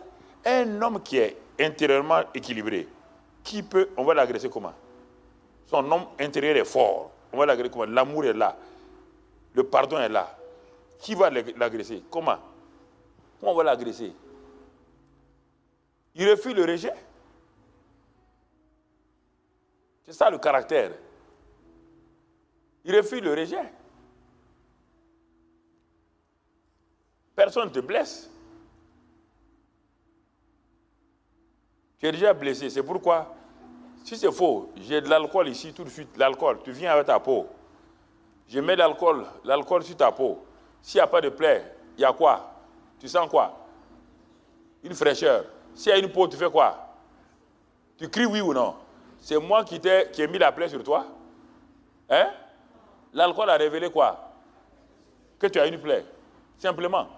L'alcool a révélé que tu es malade. C'est pourquoi tu as crié. Quelqu'un d'autre te révèle que tu es malade. C'est pourquoi tu dis rejet. Rejet en quoi? Qui peut me rejeter? Il me rejette en quoi? Il peut me rejeter en quoi? Vous dites ici en Europe, là, rejet, c'est votre mot favori. Il te rejette en quoi? Ah, il m'a rejeté. Il t'a rejeté en quoi? Tu es toujours 1m95 kg. Il t'a rejeté quoi? Il a déchiré quel morceau? Il a coupé ton oreille? Rejeté.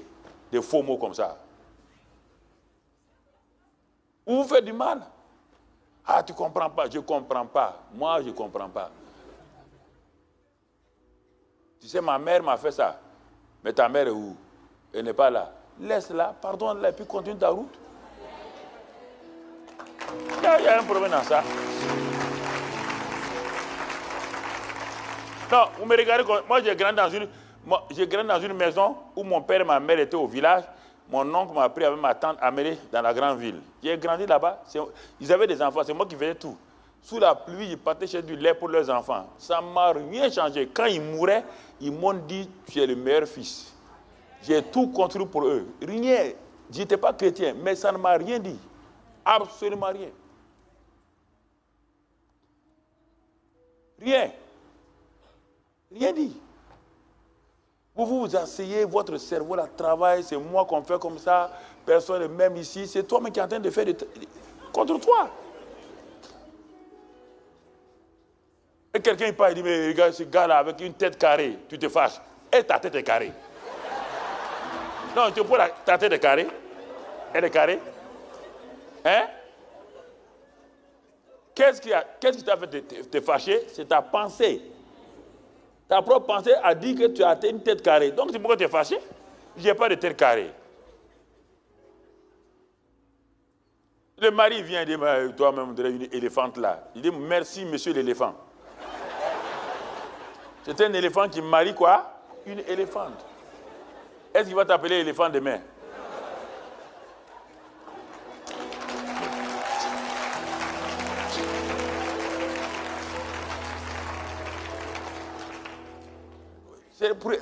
Votre cerveau là va trop vite. C'est-à-dire que la mentalité n'a pas changé. L'homme intérieur n'est pas stable.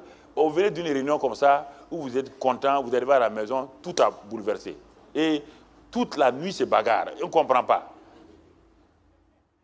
À quoi ça te sert de venir à une réunion et faire bagarre? Seigneur.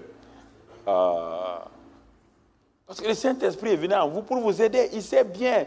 Il sait que tu as des défauts. Il sait que tu es faible. C'est pourquoi il vient pour formater ton caractère. Il vient Ce que je vous dis là, j'ai vécu tout ça. C'est pourquoi je vous en parle. Je sais de quoi il s'agit. Il n'y a pas d'homme parfait en naissant. Ça n'existe pas. J'ai appris ça parfois dans des larmes. J'ai appris à pardonner. Plus je ne voulais pas que les gens me critiquent, Dieu permettait qu'on me critique. Et ceux à qui j'ai fait du bien, c'est eux qui me critiquaient. J'étais fâché, je voulais aller prendre les choses que je leur ai données. Dieu dit, tu ne prendras pas. Et ils vont te critiquer. Mets-toi à genoux, bénis-les. Il dit, non, Dieu, ça tu me forces. Hein? Je bénis le type, il n'a jamais porté de veste. Moi, je viens de la France, étudiant. Ce pasteur évangéliste, il n'a jamais eu de veste. Je lui donne ma veste. Et après-demain, on vient me dire qu'il m'insulte en ville. Je m'avais pris ma veste. Dieu dit quoi? Tu vas aller prendre quoi? La veste. Il dit, mais, et ouvre dans Hébreu, dans Romain, j'ouvre. Il me dit, regarde, les passages là. L'amour fait quoi? L'amour couvre tous les péchés. Il dit, mais oui, mais ça quand même, ça c'est veste, hein, c'est pas... Dieu dit, mets-toi à genoux, bénis-les. Non seulement, c'est moi qui l'ai insulté. Je lui ai donné ma veste et c'est moi qui l'ai béni.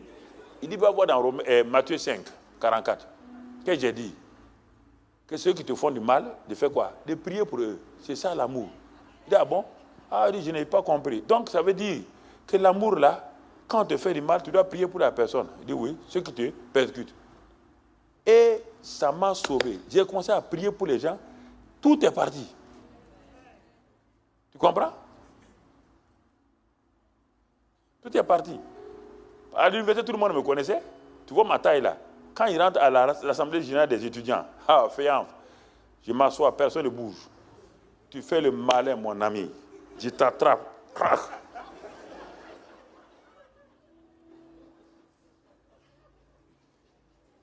Mais quand je suis devenu chrétien, sur le campus de Toulouse là, je prenais ma Bible, je mets dans un sac noir. Tout le monde me connaissait. On dit, où tu vas où? Il dit, je m'en vais en ville. J'avais honte de dire qu'il m'en va à l'église. Parce que si j'ai dit ça, ils vont abuser de moi. Comme je les maltraitais, je les frappais, maintenant ils vont dire, tu es devenu chrétien, on peut te taper. Pendant 2 mois, je prends mon sac, un sac noir, là, je mets ma Bible. Et vers 18h, je m'en vais. Où vas-tu, Mamadou? Je m'en vais en ville. Je m'en vais en ville. Du coup, aujourd'hui, Dieu a dit, tu as honte de moi. Il dit, non, Seigneur, il faut comprendre. Je les ai fait souffrir. Maintenant, s'ils savent que je suis chrétien, ils vont utiliser tous les verbes là contre moi. Un jour, Dieu m'a dit, enlève la Bible du chose. J'ai enlevé la Bible là, pour traverser le campus là. Tous mes pieds faisaient comme ça. Je croyais que tout le monde me regardait. Mais c'est le diable qui nous dit ça, oui ou non? Mais quand je suis arrivé à l'église, j'étais en paix. Mais j'ai dit, mais... Écoutez-moi, il y a des choses qu'on apprend. Je vous dis ces choses-là pour que vous compreniez. Donc, personne n'a commencé parfait. On a appris dans le caractère. Alors, tu comprends? C'est des choses importantes. Je regarde un visage qui ne sourit pas beaucoup. Il y a des gens qui sont constipés spirituellement, je ne sais pas.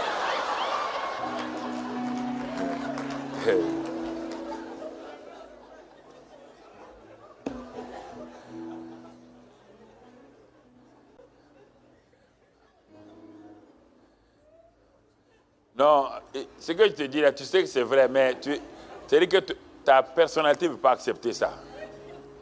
Je comprends, je te comprends. C'est normal que tu réagisses comme ça, mais ce n'est pas un problème. Donc, mon cher ami, viens là. Oui? Toi de la sécurité là. Voici, j'ai décidé de te bénir. Tu arrêtes là, j'ai décidé de te bénir. Et j'ai préparé tout un colis de bénédictions. Dans ce colis-là, toutes les bénédictions, moi je les connais. Bon, il y a des chips. Il y a des pop-corn. Il y a des bonbons sucettes. Il y a des biscuits. Il n'y a pas que ça seulement. Il y a un billet de 100 €. Ça, c'est la bénédiction que j'ai décidé de te bénir. Ce que Dieu a fait, il nous a bénis de toutes les bénédictions dans le lieu céleste. Maintenant, Dieu a ça, il dit, je t'ai béni. Maintenant, Dieu dit, mon fils, je t'ai béni. Et Dieu attend quoi? Je t'ai béni. Dieu ne bougera pas. Il dit qu'il t'a béni. Et non, tu fais quoi? Non, non.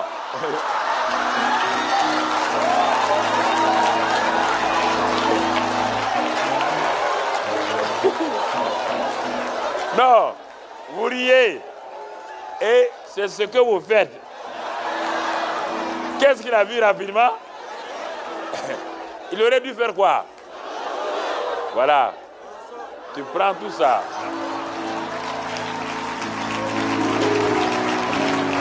Hein? Tu prends ça, tu commences à manger les pop-corn d'abord. Les chips et tout. Tu les manges et tu t'en vas avec ça. C'est fini, c'est pour toi. Attends.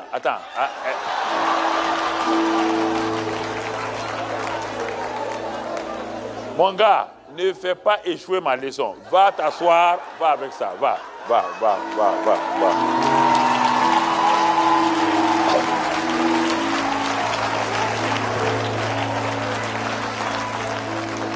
Écoute, ne mets pas ces 100 € là dans les offrandes. Hein. J'ai prié pour savoir à qui je vais donner. C'est une bénédiction qui va commencer dans ta vie au nom de Jésus.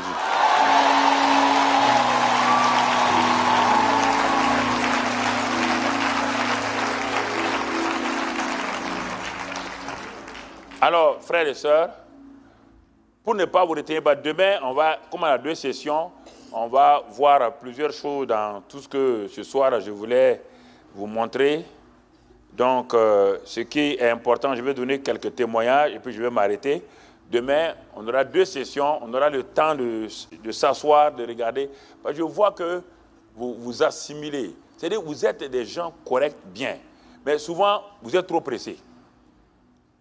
Vous voulez avoir tout de suite. Non, vous pouvez avoir tout. Si le caractère n'est pas là, demain, ça vous crée un problème. Ça vous crée un problème. Tout ce que vous avez eu là, Satan n'est pas pressé.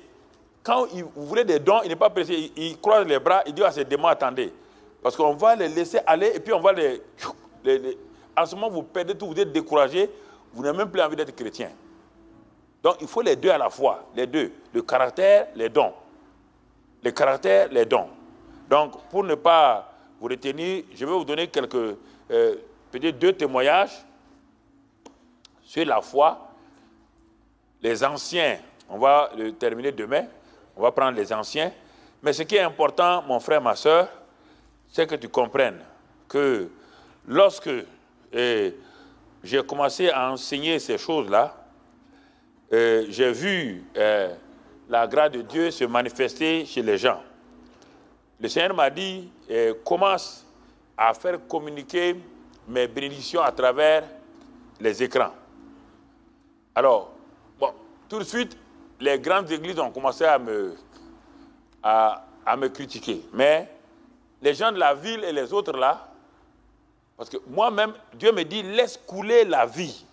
Parce que le problème, c'est que le tuyau par lequel tu laisses couler les fleuves d'eau ville, là, le tuyau est trop petit. Alors, il dit, mais dans la ville, ce sont les petits tuyaux qui vont dans les maisons. Mais dans la ville même, ce sont des gros tuyaux qui envoient l'eau et qui arrivent à partir de certains châteaux d'eau. Et dans la maison, maintenant, on t'installe ça pour que le débit d'eau ne soit pas trop fort. Mais si tu veux bénir la foule et que tu n'as qu'un tout juste un petit tuyau, il n'y a pas assez d'eau pour toi-même, à plus forte raison de donner aux autres. Donc, sache que le Saint-Esprit est venu en toi, il a dit qu'il va donner des fleuves d'eau vive. Il a dit des fleuves. Il n'a pas dit un fleuve, des fleuves. Il dit en ce moment-là, ouvre ton esprit. J'ai commencé à parler, comme je l'ai dit, à parler beaucoup en langue. À parler beaucoup en langue. À parler beaucoup en langue. Il dit, c'est ça qui prépare les fleuves d'eau vive, premièrement. Et deuxièmement, j'ai commencé à parler la parole de Dieu sur moi-même. Parler la parole de Dieu sur moi. Croire la parole. Cette parole-là, c'est pour moi. C'est ça, ce que Dieu a dit. Croire la parole. Parler en langue. Croire la parole. Parler en langue. Croire la parole. Et quand j'ai commencé à faire cela, j'ai vu un phénomène qui commençait à se manifester, que j'avais vu il y a des années, que j'avais abandonné parce que, comme les gens critiquaient, bon, parfois on est influencé. J'ai vu la même chose se passer. Dieu me dit maintenant, agis. Il dit, mais je vais agir comment? Il dit, mais tu es en train de prêcher à la télévision? Oui. Les gens sont en train de suivre ça partout. Dis aux gens maintenant, tous ceux qui sont les regarde. Un jour j'étais là, il me dit, bon, voici cette femme, je vois 3 personnes dans leur maison. 2 messieurs, un monsieur et sa femme, et puis une autre dame. En Afrique, bon, qui avait attaché un pain tout juste là. Dieu me donne son nom, son prénom du moins. J'ai dit maintenant, je suis en train de prêcher, je vous vois assise là. Vous venez de vous lever, vous avez le pain tout juste, vous vous appelez une telle. Maintenant, vous avez telle maladie. Dieu guérit. Dès que l'émission est finie, le téléphone sonne. Un monsieur me dit, mais ce n'est pas possible. Vous ne nous connaissez pas, nous sommes des musulmans. Mais on regardait votre émission. Ce que vous avez dit textuellement, la femme, elle est tombée. Et quand elle s'est levée, toute la maladie a disparu. Dieu me dit, commence à ouvrir ton esprit. Ne te laisse pas, ouvre ton esprit. C'est là que j'ai commencé à parler. J'ai parlé et tout de suite, des autres pays, de la Suisse, de partout, les gens ont commencé à m'envoyer des témoignages. Mais tu as dit telle chose, nous avons reçu telle chose, nous avons reçu des transformations, nous avons reçu des guérisons, nous avons reçu des délivrances. Alors, j'ai dit, mais Seigneur, mais c'est cela. Il me dit, mais non seulement, quand tu parles en langue, ton esprit, ton homme intérieur s'édifie. Quand je dis que tu t'édifies, je ne parle pas de ton corps physique, je parle de ton homme intérieur qui s'édifie, qui prend la dimension de Christ. Et deuxièmement, quand tu parles maintenant, l'homme intérieur qui est édifié parle sur les situations et les choses s'accomplissent. Et en ce moment-là, tu vas voir autour de toi les choses commencer à changer. Et effectivement, les choses ont commencé à changer par des guérisons à travers la ville. On a commencé à recevoir des témoignages, des gens qui nous écrivaient de partout. Bon, je regardais des États-Unis, des cancers qui ont disparu instantanément. On était étonnés. Mais les gens, ils nous envoient ces témoignages-là. Et les dimanches au culte, on donne 2 ou 3 témoignages un peu pour fortifier les gens. Et ensuite, au séminaire, l'année passée, Dieu m'a dit, commence comme tu le faisais avant, utilise. Les gens croient que l'onction est partie. Les mouchoirs. J'ai commencé à prier sur les mouchoirs, à donner. Là aussi, on a vu des résultats. Et tout dernièrement, un de nos diacres a été évacué en Tunisie parce qu'ils ont découvert une tumeur dans son nez, et puis ses 2 yeux, des cataractes. Quand ils sont arrivés là-bas, on l'a accueilli.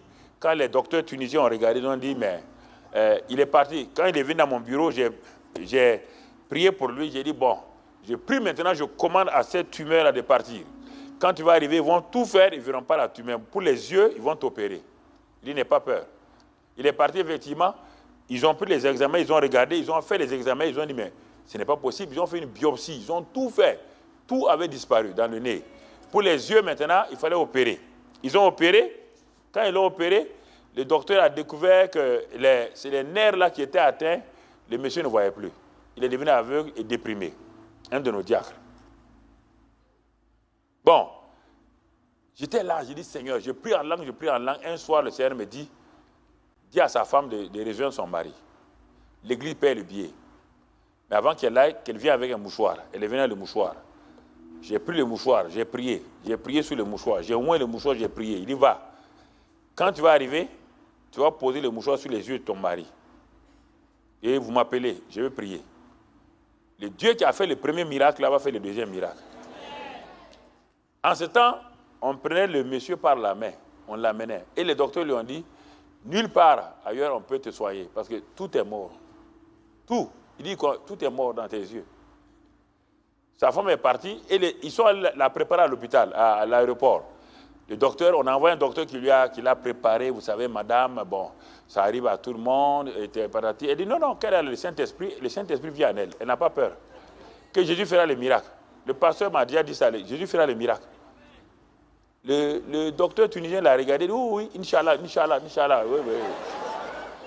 Bon, ils sont allés, quand il a vu son mari, il dit, mais il ressemblait aux Somaliens délaissés de l'autre côté là, sa chevelure avait poussé. Il ne s'intéresse plus à lui-même. Il a perdu ses 2 yeux. Ça ne l'intéresse pas. Il était maigre et tout. Et effectivement, ils ont téléphoné. Ils m'ont dit, ils sont là. Il dit, mets le mouchoir. Ils ont mis le mouchoir. On a prié. Il dit, ne t'inquiète pas. Dieu va agir. Dieu n'agit pas automatiquement. Ils ont dit, bon, ils vont opérer. Ils ont reculé l'opération. Ils ont reculé. Ils disent, ils vont opérer. Ils ont opéré. C'est devenu pire. Ils ne voyaient pas déjà. Ils ont dit, bon, il ne peut pas. J'ai dit, mets le mouchoir. Sa femme prie en langue, met le mouchoir. Le dimanche passé, c'est eux qui ont témoigné. L'homme voit clair, il marche tout seul. Et le médecin tunisien a dit, ça c'est Dieu, ça c'est un miracle. Il n'y a même pas, il y a rien. Parce que ce n'est pas nous qui t'avons soigné, c'est Dieu qui a fait cela. Donc, vous comprenez, frères et sœurs, il y a beaucoup de cas comme cela qui se passent. Pourquoi? Parce que Dieu a dit, élargis ton esprit. Tu ne peux pas l'élargir sauf en parlant en langue. Prie en langue longtemps quand tu es seul. Prie en langue, couché, dans le lit, partout. Prie en langue, prie en langue, prie en langue. Ton homme intérieur s'édifie. Et quand il s'édifie, les dons spirituels commencent à s'amplifier. En même temps, quand ton homme intérieur s'édifie, c'est ton caractère qui est en train de changer. Ton caractère est en train de changer. Alors, c'est ce que j'ai commencé à faire il y a quelques mois de cela. Je le faisais avant, mais je le faisais vraiment négligemment. Il faut le reconnaître. Il ne faut jamais essayer de cacher. Donc, parce que ça a commencé à Toulouse. Quand on est parlé à Toulouse, dans mon église, que j'avais quitté à 40 ans, ils m'ont invité. L'année passée, en octobre, c'est là où Dieu m'a parlé de la situation au Burkina. Et un mois plus tard, ils nous ont envoyé une feuille. Il y avait plus de 40, 50 guérisons et miracles. Le pasteur a attendu pour voir. Les gens sont allés voir leur docteur à Toulouse. Ils nous ont envoyé la liste des miracles que Dieu a fait. Il dit, on voulait voir vraiment s'ils sont guéris. Le médecin a confirmé, leurs médecins de famille ont confirmé les différentes maladies qui ont disparu. Donc, et maintenant, quand j'ai commencé à enseigner ça là, la vie de l'église a commencé à changer. La vie de l'église a commencé à changer. La vie de l'église a commencé à changer. Et, par exemple, un garçon est venu avec son papa, et ils sont venus, et l'enfant était assis, il entendait que Christ en nous, il guérit nos maladies et tout. L'enfant, il devait prendre les comprimés. S'il ne prend pas les comprimés, il tombe dans une crise grave.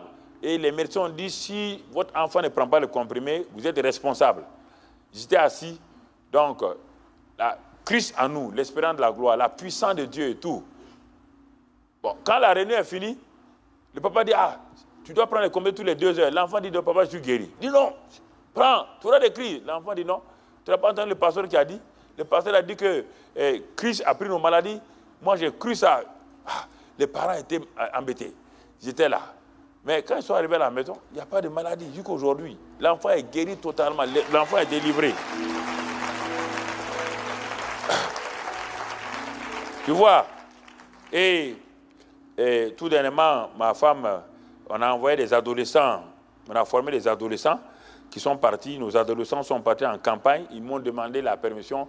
On leur a donné un véhicule. Ils ne sont pas dans les villages. Les adolescents. Il y a une dame, une des évangélistes qui les a suivis. Mais elle dit qu'elle n'a jamais vu autant de miracles avec ces enfants-là. Les aveugles voient, les sourds entendent. Et actuellement, les évangélistes femmes que nous avons mis en place, la même chose, les mêmes signes, les mêmes miracles.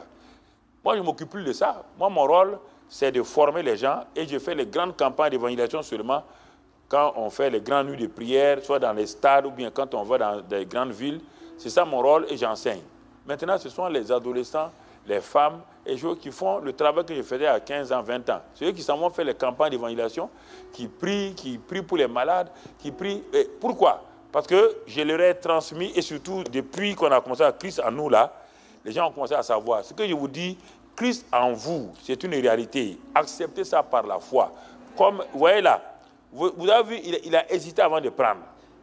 Il a hésité avant de prendre. Parce qu'il ne croit pas que c'est pour lui. Il croit que c'est trop. Dieu ne fait rien trop pour nous. C'est l'amour qui donne. Et la foi reçoit. L'amour vous a déjà donné, frères et sœurs. Il n'y a rien qui vous manque. Rien ne vous manque. La foi doit agir et prendre possession. Tout est en vous. Votre caractère est déjà là. Le fruit de l'esprit, l'amour est là. La joie est là. La patience, tout est en vous. Mais si vous demandez à Dieu, vous voulez grandir. Vous voulez grandir comment? Quelqu'un qui est impatient peut grandir comment? Ça à travers quoi? Des situations de quoi? Mais si vous êtes impatient dans la vie et vous demandez à Dieu d'être patient, il ne va pas vous envoyer la patience. La patience est un fruit de quoi? Qui est déjà où? Alors, il faut l'activer, oui ou non? Le moyen de l'activer, c'est d'envoyer quelqu'un qui va vous rendre quoi? Hein? Impatient. Le seul moyen, c'est ça. Vous voulez faire quoi? Et maintenant, la patience qui est là va rencontrer la situation. Et vous dites, et à ce moment-là, 2 fois, 3 fois, ça devient possible. Ce n'est pas automatique. C'est pourquoi les gens sont découragés. Ah, mais pasteur, j'ai essayé. Non, n'essaie pas. On n'essaie pas avec Dieu. On fait, on pratique, on agit. Il n'y a pas d'essai avec Dieu. On n'essaie jamais. Jamais. Dieu n'aime pas les essais. Dieu veut que tu agisses. Tu ne peux pas pardonner. Décide, Seigneur, le pardon est en moi. Je pardonne dans ta chambre. Je pardonne à cette femme-là. Je pardonne. Dis seulement, je pardonne. Saint-Esprit, j'ai pardonné. Tu ne sens rien. Le fait que tu as pardonné là, ne t'inquiète pas. Quand tu as dit ça, quand tu vas voir la personne, tu vas plus, même, il se peut que tu sentes quelque chose, mais ne t'inquiète pas. Tu as dit que tu pardonnes. Continue demain encore, après-demain. Et ça sera facile de pardonner les gens. Chaque fois qu'il y a quelque chose qui est en toi, il faut l'activer, il faut aller. C'est comme ça que ça se fait. Même l'enfant passe par des soubresauts. La dentition pousse. L'enfant a des problèmes. La maman, elle a beau aimer son enfant, les dents doivent pousser. La fièvre est là. Vous ne pouvez pas empêcher ça, frères et sœurs. C'est obligé que vous receviez des choses. Vous voulez la guérison? Mais votre corps est malade. Dieu dit, bon, crois par ses médecins, si tu es guéri. Mais en ce moment, votre médecin vient et prend la température. C'est 39, 40. La température est montée. Mais quand vos yeux regardent la température et le corps chaud, vous vous dites que vous n'êtes pas guéri. Dieu dit, ce n'est pas par les yeux, pas les oreilles. Je t'ai dit, ma parole dit que par mes meurtrissures, tu es guéri. Appuie-toi sur ma parole. C'est ce mécanisme-là qui permet que votre homme intérieur s'affermisse, Vous ne pouvez pas, tout le temps vous êtes en train de critiquer, mais cette femme est comme ça. Vous ne pouvez pas grandir en critiquant les gens. Vous aurez tout le temps, vous-même vous êtes comme ça. Et ceux qui sont devant vous seront comme ça. Donc vous voulez garder votre mauvais caractère et Dieu va maintenant amener tout le monde bien devant vous. Tout le monde va se mettre à genoux devant vous. Ça ne se passera pas comme ça. Pourquoi ça va se passer comme ça? Pourquoi? À force de s'amenuiser, les deux fers là, à force de se frotter, ça s'amenuise. Ça s'amenuise. C'est pourquoi Dieu a donné chaque fois l'homme qu'il